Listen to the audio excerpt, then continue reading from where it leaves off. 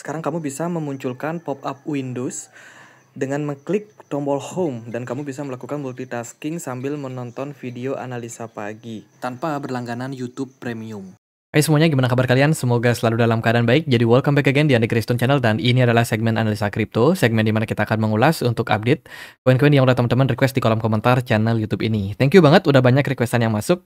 Hari ini kita akan mengulas beberapa meme token. Yang pertama adalah Racha, kemudian Hamster Combat, lalu ada Eliza Wake Ups ya. Dan juga kita akan bahas untuk Peanut atau Peanut the Squirrel. Dan juga kita akan bahas Pixels. Nah ini yang paling banyak teman-teman request di kolom komentar. Sebenarnya ada beberapa meme token lain yang aku pengen bahas. Tapi mungkin kita akan bahas di next video ya. Gitu. Jadi buat teman-teman yang koinnya pengen dibahas, bisa langsung tulis di kolom komentar channel YouTube ini.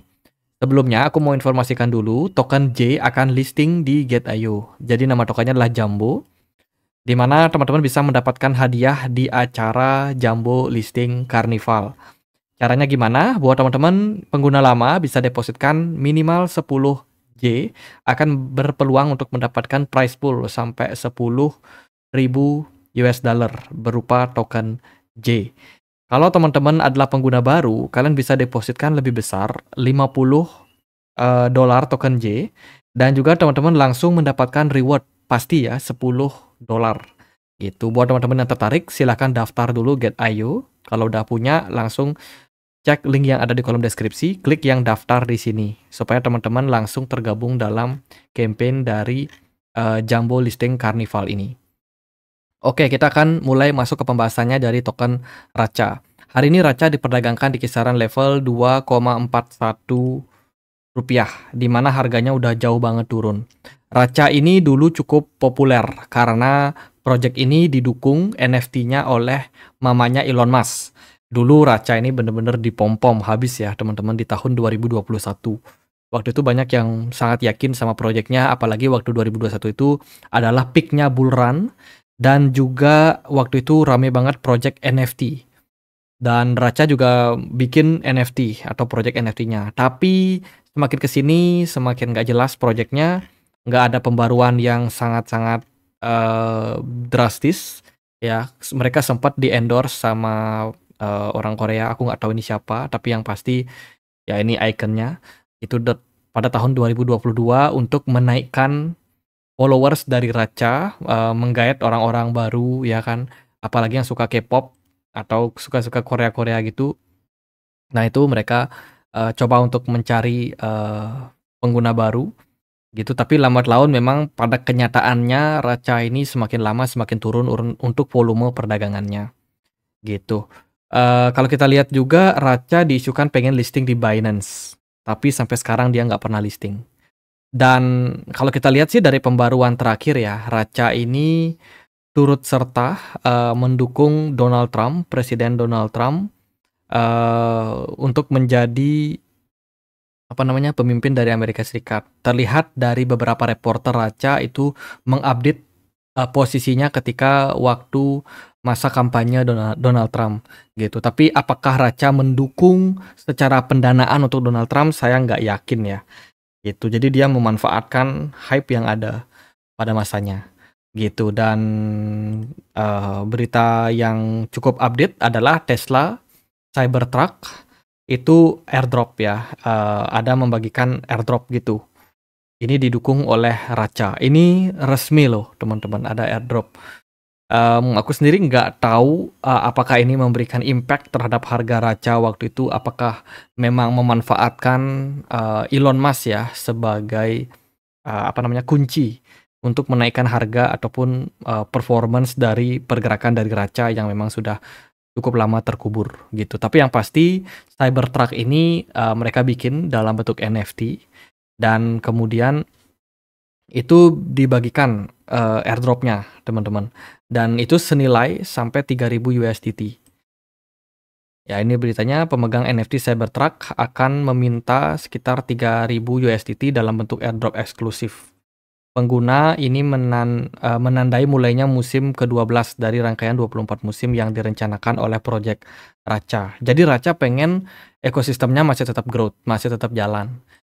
Tapi kalau kita lihat dari realita, secara price action sebenarnya Racha ini sudah jauh sekali turun dan sampai sekarang pun secara pergerakan harga tokennya belum terlalu mengalami kenaikan. Kalau kita perhatikan secara teknikal, Racha bisa dibilang sudah gagal untuk membuat hype pada market kripto. Justru market kripto ini sudah banyak mencari figur-figur baru, token-token baru yang cenderung lebih atraktif gitu. Secara price action sih sementara Racha sedang berada dalam level resistance penting atau support penting, yaitu di kisaran level 0,03 kali 1504 ya sebagai area support saat ini. Dan menurut saya area ini sangat-sangat penting. Secara volume perdagangan cenderung menurun, smart money-nya juga sudah turun. Racha cukup rawan sih di posisi sekarang. Saya sendiri nggak terlalu yakin Racha bakalan bisa naik secara jangka pendek gitu. Di posisi sekarang selling pressure ini masih sedang terjadi dan ya bisa dibilang memang market harus terpecah seperti ini ya. Fokus dari market terpecah, Racha udah nggak lagi dibicarakan sejak 2021 sampai 2025 kali ini. Jadi udah benar-benar terkubur untuk berita-beritanya. Dan mungkin jarang juga dibahas oleh banyak influencer ya karena ada banyak token-token baru yang baru listing yang cenderung lebih menarik gitu. Jadi ya secara sentimen bisa dibilang Racha udah kalah saing sih. Kalau kita bilang secara teknikal, pergerakan dari Racha sekarang ada di level support ya, support yang cukup penting 0,03 kali 15 dengan next target support ada di kisaran 0,03 kali 13 sebagai level support terdekat gitu. Jadi masih harus teman-teman waspadai secara pergerakan karena ini benar-benar belum ada buyer yang interesting untuk masuk. Jadi kalau teman-teman ada yang pegang Racha, wah nampaknya kalian harus lebih banyak bersabar sih. Ada potensial memang harganya masih drop ya. Ya tunggulah siklus kenaikan berikutnya karena biasanya pasti akan ada momentum-momentum di mana Racha ini mengalami kenaikan. Racha kalau sekali naik dia bisa lumayan sih, bisa puluhan sampai ratusan persen dalam satu kali siklus gitu. Jadi makanya exit di dalam kondisi bearish seperti ini menurut saya kurang bijak. Ya, better kita tunggu harganya sampai benar-benar mulai jenuh untuk turun ya, teman-teman. Nanti kalau ada pumping kisaran level 0,03 kali 25 itu adalah level yang cukup menarik untuk melakukan distribusi barang gitu. Jadi secara structure sebenarnya Racha punya level psikologi resistance yang sangat penting yaitu di 0,03 kali 25. Seringkali Racha ketahan di area tersebut gitu. Jadi kalau ada pumping udah siap-siap untuk exit. Gitu sih untuk Racha. Next kita akan bahas Hamster Combat ya. Hamster Combat salah satu gaming play to earn yang ada di Telegram. Teman-teman mungkin ada yang sempat main permainannya dan sampai sekarang ini kita sedang menantikan yang namanya airdrop kedua. Gitu. Dan kalau kita lihat sih memang dari posisinya saat ini mereka sedang mencari atau membuat voting kira-kira kapan airdrop berikutnya akan dihadirkan gitu. Ada new proposal new DAO proposal ya. Tapi kalau kita lihat secara pengguna sebenarnya Hamster ini sudah jauh turun. Dulu seingat saya Hamster itu pernah mencapai 100 juta pengguna.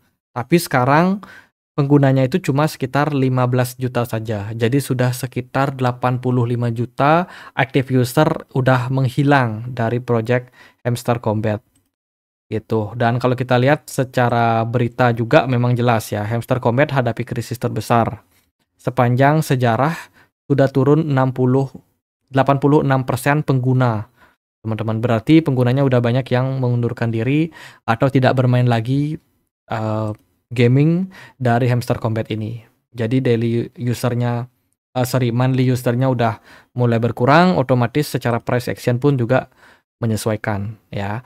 Hamster Combat maksimum supply-nya itu ada di kisaran 100 miliar token. Sementara yang beredar baru 64,37 miliar. Artinya masih ada sekitar 35% lagi yang masih bisa di-create ke market. 35% airdrop berikutnya masih bisa dibagikan. Kalau teman-teman ada yang masih bermain permainannya it's okay sih menurut saya ya. Siapa tahu dia merilis airdrop berikutnya dan teman-teman berpeluang untuk dapetin. Tapi ingat, mungkin jangan terlalu diharapin dapat banyak juga. Ya karena harganya udah jauh turun gitu. Tapi semakin sedikit active usernya menurut saya makin banyak koin yang bisa kita dapetin. Ya kita lihatlah seperti apa Hamster Combat ke depannya. Secara price action kalau kita melihat pergerakan Hamster Combat ini overall dalam posisi yang masih under pressure. Memang sejak awal dia listing belum banyak smart money yang masuk ya, meskipun ini merupakan salah satu project dari dari airdrop yang cukup hype di masanya. Namun sekarang udah nggak terlalu banyak yang memperdagangkan juga. Lagi pula untuk use case-nya dari token ini juga tidak ada gitu. Jadi tidak ada alasan untuk orang-orang hold tokennya dalam jangka waktu lama. Secara price action sih dia bergerak dalam sebuah symmetrical triangle dan so far level 0,02 ini masih cukup rawan. Ya hati-hati karena masih ada kemungkinan untuk hamster mengalami fase koreksi. Ya, next support kuat adalah di kisaran level 0,002560. Sementara harganya sekarang ada di 0,0028. Dikit lagi dia akan mencapai area level support yang kuat. Smart money kosong, volume perdagangan juga cenderung rendah. Ya, jadi itu buat teman-teman yang sangkut di Hamster Combat. Ya, sabar aja. Tunggu berita airdrop. Ya, kalau mereka udah announce airdrop, bisa jadi harganya akan dipom-pom kembali. Tapi ingat, jangan lama-lama. Kalau udah mau distribusi airdrop, siap-siap teman-teman harus sell. Harus jual. Karena harganya pasti akan nyungsep kembali. Gitu. Itu buat hamster. Next kita akan bahas untuk Elisa Wake Ups ya. Ini adalah token tier 1.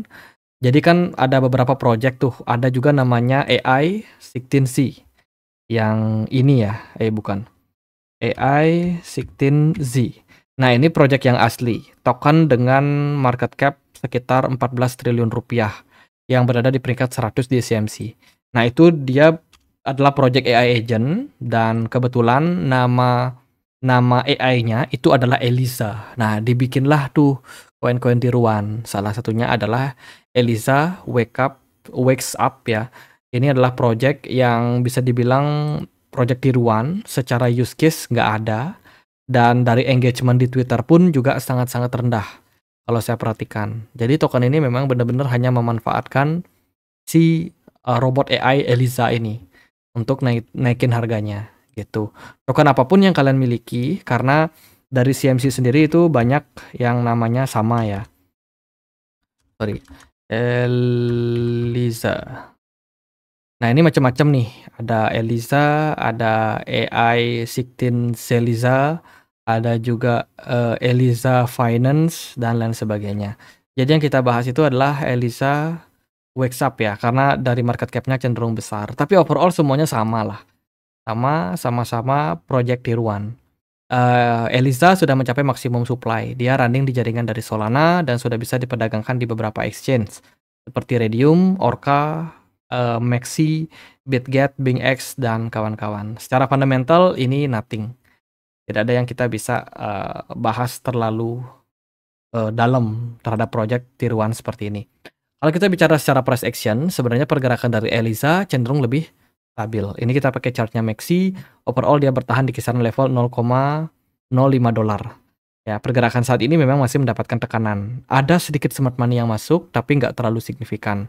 Level saat ini adalah belum level yang aman. Level yang aman itu ada di kisaran area support 0,034.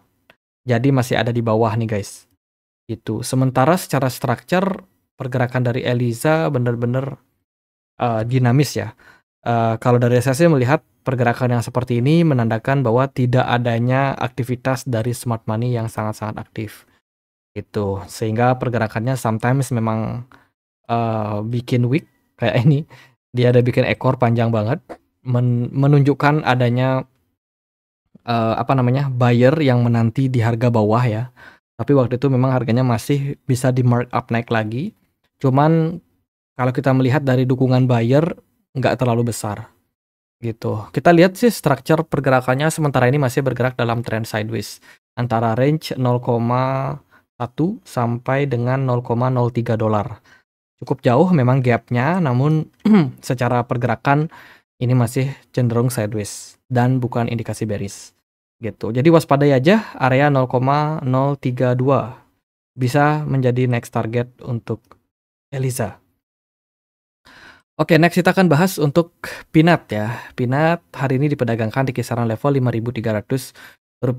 Secara pergerakan nampaknya masih turun, banyak yang sangkut juga. Pinat ini sempat dipom-pom sama Elon Musk di beberapa kesempatan karena dia ada tweet terkait dengan Pinat, kemudian juga ada Squirrel, dan sekarang udah jarang di-tweet lagi. Apapun yang berhubungan dengan Elon Musk itu memang dari dulu terkenal tukang pom-pom gitu. Jadi kalau teman-teman ngikutin apapun yang di-tweet sama Elon Musk, itu sebaiknya teman-teman jangan all in. Ya, token apapun yang disebut. Karena ya dia hilang dan pergi. Kenapa? Karena banyak developer meme token yang menghibahkan tokennya kepada para influencer.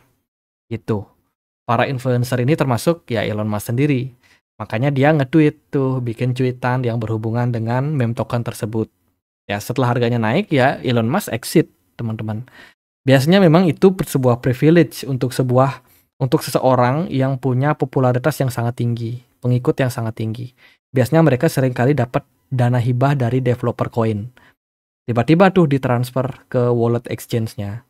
Masuk, kalau udah masuk mungkin dapat sekian juta US dollar valuasinya, dicuit sama Elon Musk, harganya naik jadi miliaran dolar, ya udah mereka jual gitu. Jadi jangan mudah terpancing.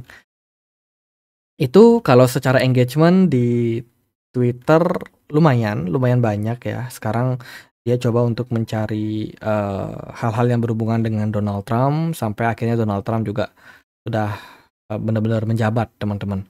Pinat ini udah listing di exchange besar seperti di Binance, Bybit, Coinbase, dan juga OKX. Jadi bisa dibilang bukan meme token yang jelek-jelek banget sih. Itu terbukti dia bisa listing di exchange besar, itu udah merupakan sebuah kehebatan dari internal mereka. Token unlock nggak ada ya untuk Pinat. Kalau secara narasi sih nggak terlalu gimana-gimana juga ya untuk narasi token dari Pinat ini. Itu kita akan lihat secara price action bagaimana Pinat dia udah drop. Terakhir kali kita bahas Pinat itu di live session. Ya, live kita sempat live waktu itu harga Pinat itu ada di sini ya, di 0,69. Tapi ternyata setelah berlalu harganya makin lama makin drop, makin parah sih, teman-teman. Jadi itu tragedi pada Pinat. Dan sekarang dia lagi berada di level support di kisaran level 0,35. Area konsolidasi yang sebelumnya pernah menjadi area konsolidasi untuk Pinat ya di kisaran November 2024 kemarin. Namun hari ini selling pressure masih tinggi, volume perdagangan sempat meledak, smart money-nya kosong. Pinat masih confirm downtrend. Kemungkinan masih bisa turun di bawah 0,33 gitu. Jadi saya sendiri belum tahu target berikutnya kapan atau di mana, karena kalau kita melihat tidak ada area support di bawahnya lagi gitu buat Pinat. Jadi dia akan bisa turun sampai level manapun. Paling bisa diperhatikan level-level konfirmasi seperti level hari ini adalah di 0,33. Ini ada kemungkinan menjadi area support penting untuk Pinat. Bisa jadi akan ada recover jangka pendek. Namun andai kata level ini di drop, perhatikan area level psikologi resistance berikutnya atau support berikutnya, yaitu di 0,25, 0,2. Nah, itu dua level yang harus teman-teman perhatikan, 0,25 dan juga area 0,2 bisa menjadi target terdekat untuk Pinat. Next kita akan bahas Pixels. Pixel ini salah satu project gaming ya. Hari ini harganya di kisaran level Rp1.888. Secara maksimum supply dia ada di 5 miliar, sementara yang beredar adalah 1,22 miliar token. Gitu. Pixel masih bisa teman-teman mainin kalau teman-teman punya MetaMask, punya Ronin Wallet, ataupun punya email dan juga HP.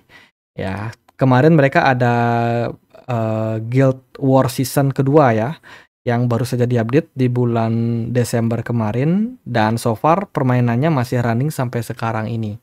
Nah, kemudian kalau kita berbicara tentang average revenue per user ya, ternyata terus meningkat di mana Pixel ya. Pixel ini mengalami kenaikan jumlah revenue per user itu ada di kisaran 3,9 USD untuk bulan Desember kemarin. Artinya setiap user yang main di Pixels itu berani keluar duit sampai mendekati $4 untuk memainkan permainan ini. Jadi dia bermodal lah gitu, dan ini tentu saja merupakan sebuah pencapaian yang meningkat jika dibandingkan dengan periode-periode beberapa bulan sebelumnya. Artinya masih ada orang yang memang masih mau main permainannya dan masih berani keluar modal gitu.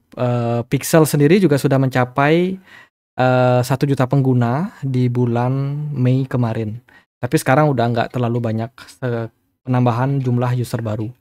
Kalau kita bicara secara price action, sebenarnya hal yang terjadi pada Pixel itu udah pernah terjadi pada Axie Infinity. Teman-teman pasti tahu game yang sangat populer ya dulu, game kayak Pokemon gitu. Kita diminta untuk mengembangkan petnya itu bisa di breeding, bisa dibikin dia kawin gitu ya, punya anak dan lain sebagainya.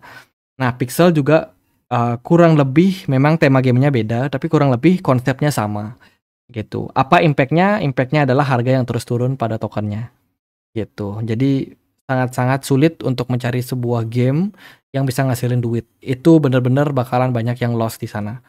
Kalau kita lihat sih secara pergerakan harga, Pixel sedang berada di area support penting, $0,11, level yang sangat-sangat penting untuk dijaga. Kalau Pixel drop dari level tersebut, udah nggak ada support lagi di bawah.